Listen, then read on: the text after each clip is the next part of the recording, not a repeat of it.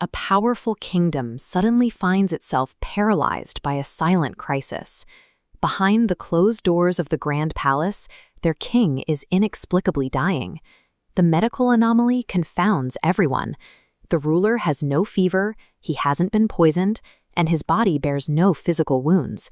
Yet he is rapidly wasting away, sinking into a deep, inescapable lethargy. The most prestigious doctors arrive from across the realm. They bring rare herbs, mix complex medicines, and consult centuries-old texts. They treat the royal body meticulously, but the decline continues without a single moment of recovery. When medical science hits a wall, panic fills the void. The sheer mystery of the ruler's decline begins to act as its own contagion, spreading a deep, destabilizing anxiety through the streets of the city. Down in the marketplace, a man named Juha watches the panic unfold. He isn't a physician, but an observer of human nature. While others obsess over the king's physical symptoms, Juha listens closely to the panicked rumors of the doctor's repeated failures. Juha notes a specific pattern in the reports. The king's organs are functional, and his blood is clear, yet his will has vanished.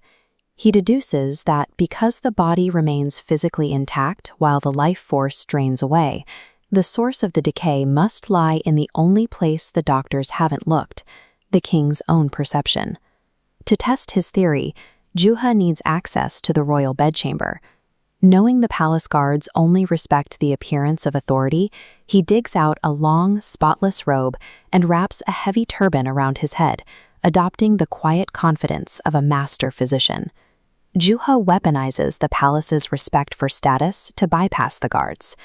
By assuming the doctor's persona, he gains the proximity needed to dismantle the king's self-fulfilling prophecy from the inside. Inside the royal quarters, the atmosphere is suffocating. A team of defeated, whispering doctors hovers around a king who has surrendered to his fate. Juha approaches the bed, but he refuses to touch the king's flesh. Instead, he simply watches the ruler's eyes and observes his breathing, looking for the subtle, hidden tremors of fear.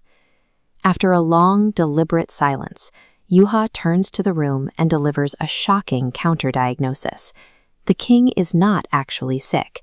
He is suffering from the absolute conviction that he is dying. This illustrates the nocebo effect. When someone deeply believes they are in severe danger, the brain treats it as absolute reality.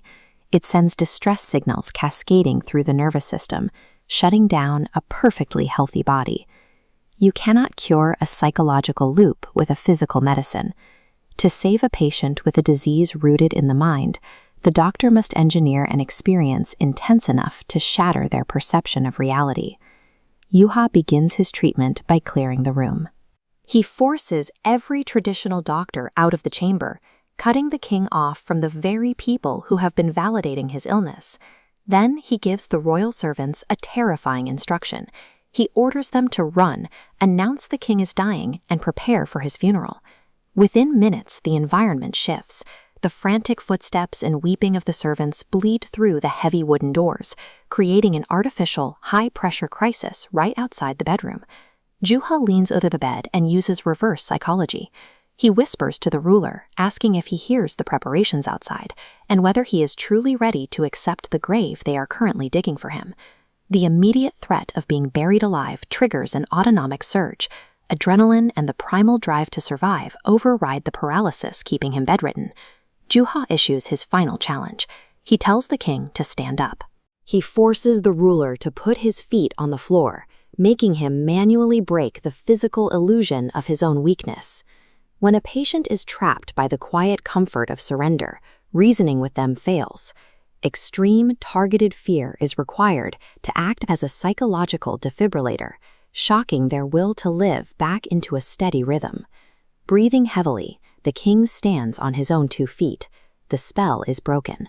Looking at the man who pulled him from the brink, he demands to know his savior's identity. Juha strips away the disguise. He confesses that he is no doctor and admits freely that absolutely zero medical healing took place in the room. He deconstructs the entire timeline of the crisis. It all started days ago with a single fleeting thought of fatigue. a minor exhaustion that the king allowed himself to believe was fatal. This animation shows how the mechanics of that illusion work. An unquestioned thought forms a restrictive boundary around human potential. That initial belief compounding. One fearful thought validates the next, locking the host inside a grid. External power offers zero internal defense.